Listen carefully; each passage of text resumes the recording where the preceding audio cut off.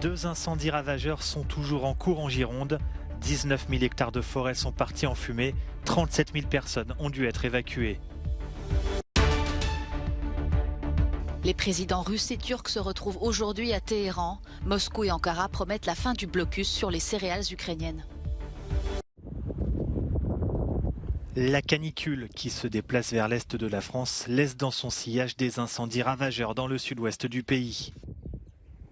2 d'entre eux, qui sévissent depuis le 12 juillet en Gironde, ont brûlé plus de 19 000 hectares de forêt. 37 000 personnes ont dû être évacuées au total en 6 jours. Dans la commune de Landiras, tous les moyens sont bons pour tenter de combattre ces incendies. Alors on coupe les arbres pour éviter que la forêt ne brûle plus. Mais si les vents tournent, oui, le feu prendra une autre direction et donc ça sera peut-être pas... Là pour l'instant le vent est établi dans une direction, si le vent tourne, ça peut devenir de nouveaux feux dans d'autres directions. Des pompiers venus de toute la France, appuyés par d'importants moyens aériens, sont mobilisés. À Landiras, un homme a été placé en garde à vue, l'enquête se dirigeant vers un acte volontairement malveillant.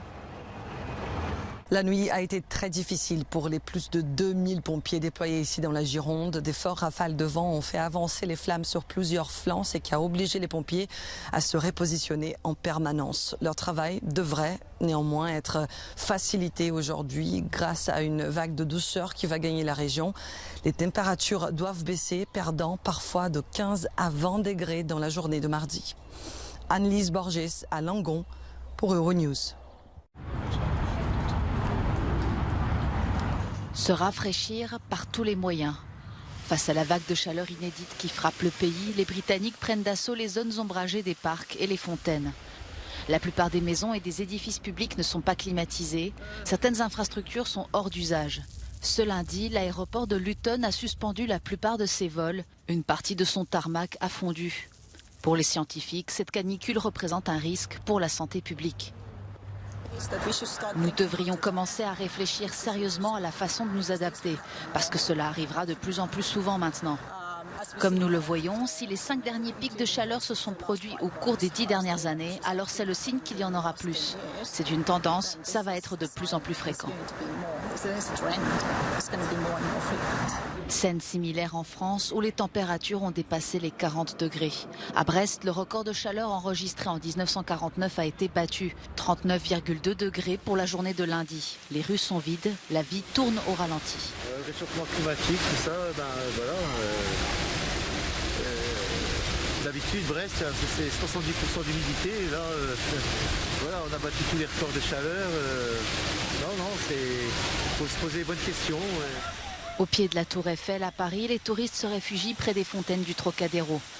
Santé publique France recommande aussi de s'hydrater régulièrement, sans exception. La vague de chaleur devrait encore durer jusqu'à la fin de la semaine. Nous avons chaud, très chaud, mais elles aussi étouffent. Lila, Gli, Pistache et le reste du troupeau souffrent dès lors que la température dépasse 22 degrés et la production de lait s'en ressent. Environ 2 litres de perte par jour et par vache. Alors cet éleveur, installé dans le village français de Saint-Martin-en-Haut, au sud-ouest de Lyon, a investi dans l'achat de ventilateurs géants pour rafraîchir ses animaux.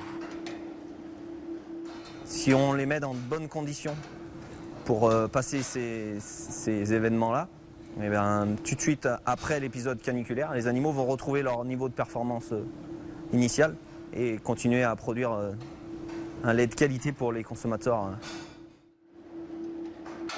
Mais les professionnels insistent, cela n'est pas suffisant.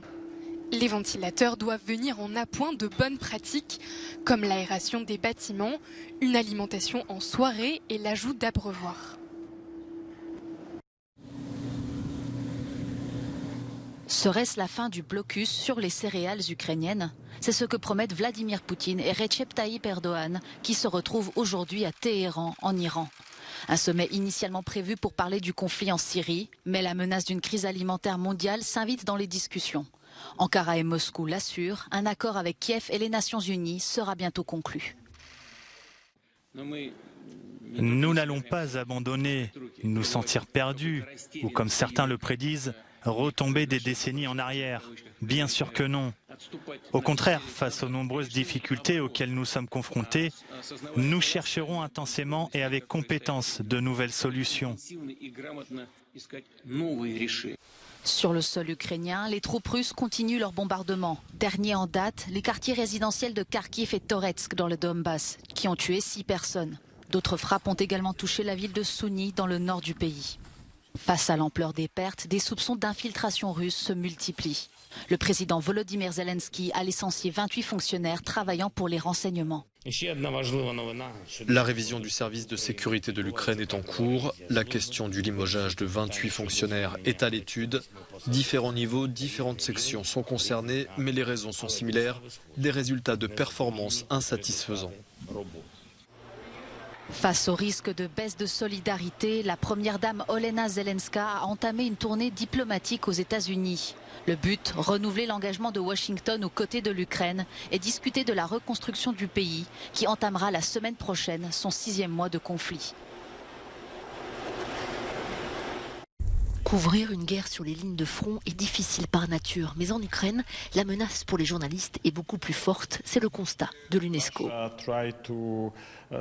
La Russie a essayé d'arrêter le journalisme indépendant sur les territoires occupés parce qu'elle veut juste diffuser de la propagande russe et pro-russe.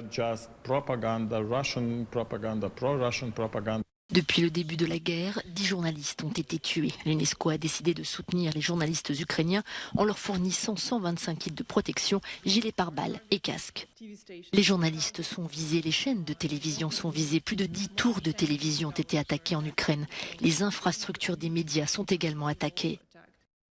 Pour Reporters sans frontières, c'est aussi une guerre de l'information qui se joue en Ukraine. Mario Draghi doit prononcer ce mercredi un discours devant le Parlement et le débat qui suivra permettra de déterminer s'il reste en poste. Le Premier ministre italien avait proposé sa démission la semaine dernière après le boycott d'un vote important au Sénat du populiste Mouvement 5 étoiles, membre de sa coalition. Démission refusée par le président italien. Si après le discours de Mario Draghi au Parlement et après le débat parlementaire, un consensus entre tous les partis qui soutiennent le gouvernement actuel est trouvé, alors le gouvernement pourra se maintenir. Je ne dirais pas comme si de rien n'était, mais néanmoins avec une nouvelle dynamique. C'est la première hypothèse, la meilleure pour le gouvernement, mais peut-être pas la plus probable. La deuxième hypothèse est que le consensus ne soit pas trouvé, mais que les raisons des dissidences soient en quelque sorte clarifiées. Et c'est le but même du débat parlementaire. Si cela se produit, il est probable que la démission du gouvernement soit confirmée. La balle reviendrait alors dans le camp du président de la République, Sergio Mattarella, qui déciderait soit de dissoudre directement le Parlement, soit de tenter de former un nouveau gouvernement. S'il est peu probable qu'un nouveau gouvernement soit formé, ce sera quand même au chef de l'État de décider de la marche à suivre. En fonction des scénarios, des élections anticipées pourraient avoir lieu. Si Draghi devait démissionner et confirmer sa démission, je crois que le chef de l'État accélérerait les choses. Et dans ce cas-là, nous pourrions avoir un vote début octobre. Probablement le 2 octobre. Ces derniers jours, de nombreux citoyens et responsables politiques italiens se sont mobilisés pour demander à Mario Draghi de rester en poste.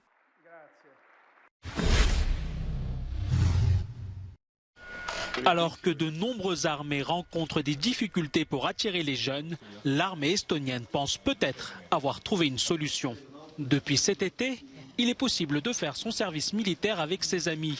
Les jeunes conscrits sont ainsi autorisés à suivre une formation militaire et à servir dans la même unité qu'avec leurs camarades. Au début, je n'avais pas prévu de venir ici, mais Hannes et Christopher ont décidé de venir ensemble. Alors j'ai décidé de les suivre, parce que c'est plus amusant à plusieurs. L'Estonie permettait déjà à ce que des élèves d'une même classe puissent se retrouver ensemble. Mais maintenant, cette possibilité est élargie à tous les groupes d'amis. En Estonie, le service militaire est obligatoire et dure entre 8 et 11 mois selon la spécialité. Chaque année, environ 3200 conscrits entrent dans des unités militaires des forces de défense estoniennes.